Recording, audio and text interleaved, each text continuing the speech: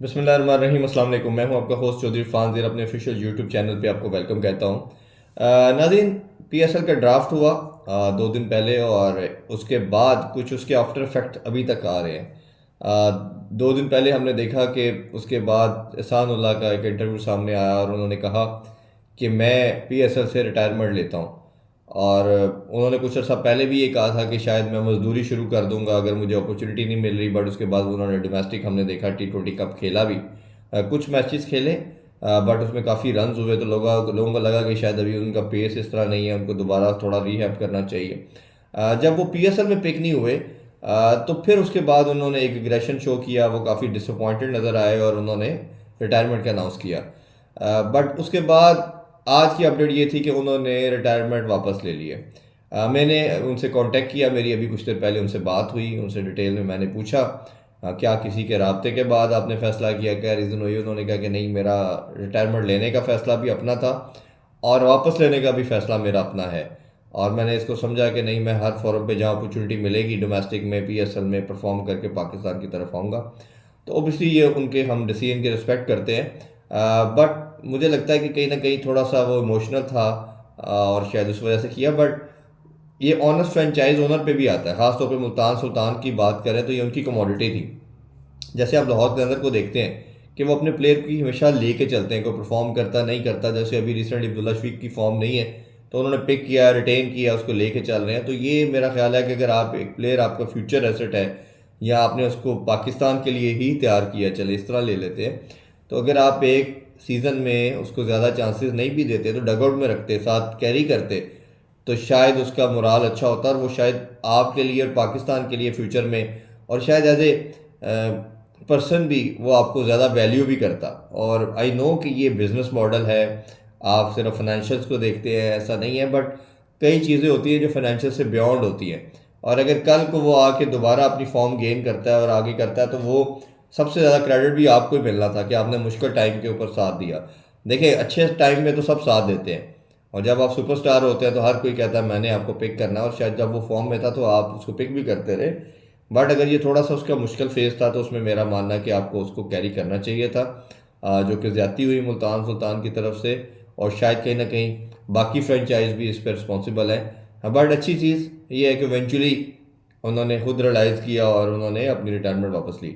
दूसरी जो बड़ी न्यूज़ थी वो अहमद शहजाद के हवाले से है। आपको याद होगा 2 साल पहले जब पिक नहीं किया गया था, तो उन्होंने भी पीएसएल से रिटायरमेंट का अनाउंस कर दिया। उसके बाद हमने देखा कि वो डोमेस्टिक भी नहीं खेलते, और अभी जो टी चैम्पियन कप भी हुआ, ODI T20, उसमें भी उन्होंने पार्टिसिपेट नहीं किया। मैं हमेशा अक्सर वो ये बात करते थे कि परफॉर्मेंस ग्राउंड में होती है, मुझे अपॉर्चुनिटी मिलनी चाहिए। मैंने उनसे भी बात की, एक दफ़ा उमर अकमल से भी बात हुई, उनका भी इंटरव्यू किया कि आप ग्राउंड में आके परफॉर्म करें।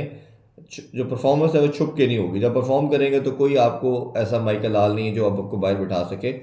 बट उनका ये है कि जी हमें क्या, हमें पहले भी नहीं पसंद किया जाता, लाइकिंग डिसलाइकिंग का मसला अभी भी नहीं किया जाएगा, और हम इस तरह परफॉर्मेंस देने का फ़ायदा नहीं है। बट ये उनकी सोच है, ये उनका अपना डिसीजन है, हम उस पर ज़्यादा बात नहीं कर सकते। बट अभी जो कंट्रोवर्सी सेकंड है वो ये है कि उन्होंने भी आज, कल की ये बात है, उन्होंने भी अनाउंस किया सोशल मीडिया पे कि मेरे से पूछे बगैर इन्होंने मेरा नाम, जो रजिस्टर्ड प्लेयर थे, रजिस्ट्रेशन में डाला, और ना मैंने इंडक्ट करवाया, रजिस्ट्रेशन करवाई, ना मेरे एजेंट ने करवाई। तो पॉइंट ये है कि अब आपको अगर किसी ने पिक नहीं किया, दूसरा काउंटर आर्गूमेंट ये है, तो आपने पहले क्यों नहीं कहा जब आपको रजिस्टर कर लिया गया था? पिक होने या ड्राफ्ट होने के बाद आप ये बात क्यों कर रहे हैं? अगर आप पहले करते तो आपकी बात की ज़्यादा वैल्यू होनी थी, क्योंकि आप ये एलेज कर रहे हैं कि पीसीबी ने और फ्रेंचाइज ओनर ने हाइप क्रिएट करने के लिए आपका नाम बढ़ा है, और उसको मोमेंटम गेन करने के लिए इसको यूज़ किया एज ए टूल। तो अगर आप उसी टाइम बात करते तो आपका सिनेरियो या आपका वर्डिक के अंदर, एक आपकी बात के अंदर ज़्यादा एक अथॉरिटी होनी थी। बट अगर जब हो चुका ड्राफ्ट, किसी ने पिक नहीं किया, अब कर रहे हैं, तो शायद उसकी वो वैल्यू नहीं है। तो ये मेरे ख्याल है उस पार्ट के ऊपर अहमद शहजाद का थोड़ा सा वीक पॉइंट है। और अगर अगर वो इसको थोड़ा सा, जिस तरह मैं पहले भी अर्ज़ किया, पहले करते तो उसकी वैल्यू डिफरेंट थी। पीसीबी के स्टाफ पे बात करें, तो मेरा ख्याल है कि वो प्लेयर से भी बात करते होंगे, कुछ आपके जो डोमेस्टिक या आपके सर्किट के लोग हैं सबको भी वो लिस्टिंग करते हैं। अगर एक बंदे ने रिटायरमेंट ली थी तो किस तरह कर सकते हैं? अभी पीसीबी की तरफ से कोई नाम तो सामने नहीं आया कि किन से बात उनकी हुई थी, किसने कहा।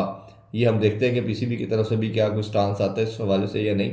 तो अगर लेट्स सपोज 1% हम अज्यूम करें कि हम शहजाद ठीक बात कर रहे हैं, तो ये भी है जो स्टंट के तौर पे भी फेंका गया, ये कोई अच्छा स्टंट नहीं था कि आप किसी को मीडिया में डालने के लिए हाइप लेने के लिए कर रहे हैं। तो ये एक बड़ा वेird किस्म का बुरा स्टंट था। तो इसको कोई भी मेरा ख्याल है ना कोई एडमायर करेगा ना एक्नॉलेज करेगा। तो दोनों पार्ट पे ये देखने वाली चीज़ थी, और हम कभी भी नहीं चाहते कि हमारी सबसे बड़ा ब्रांड कमोडिटी पीएसएल है। हम तो हमेशा दुआ गो हैं कि ये फ्लरिश करे, अच्छा से अच्छा परफॉर्म करे, और प्लेयर इंटरनेशनल लेवल के बाद ये सेकंड नंबर पे आपकी सबसे बड़ी कमोडिटी है। तो इसी से आपका जो पूल है वो आगे बढ़ता है टीम की तरफ। तो ये दोनों के हवाले से अपडेट थी, मैंने कहा आप लोगों तक पहुंचाई जाए। इंशाल्लाह आप लोगों से कल दोबारा जुड़ते हैं। अपना बहुत ख्याल रखिए। अल्लाह हाफिज़। पाकिस्तान जिंदाबाद।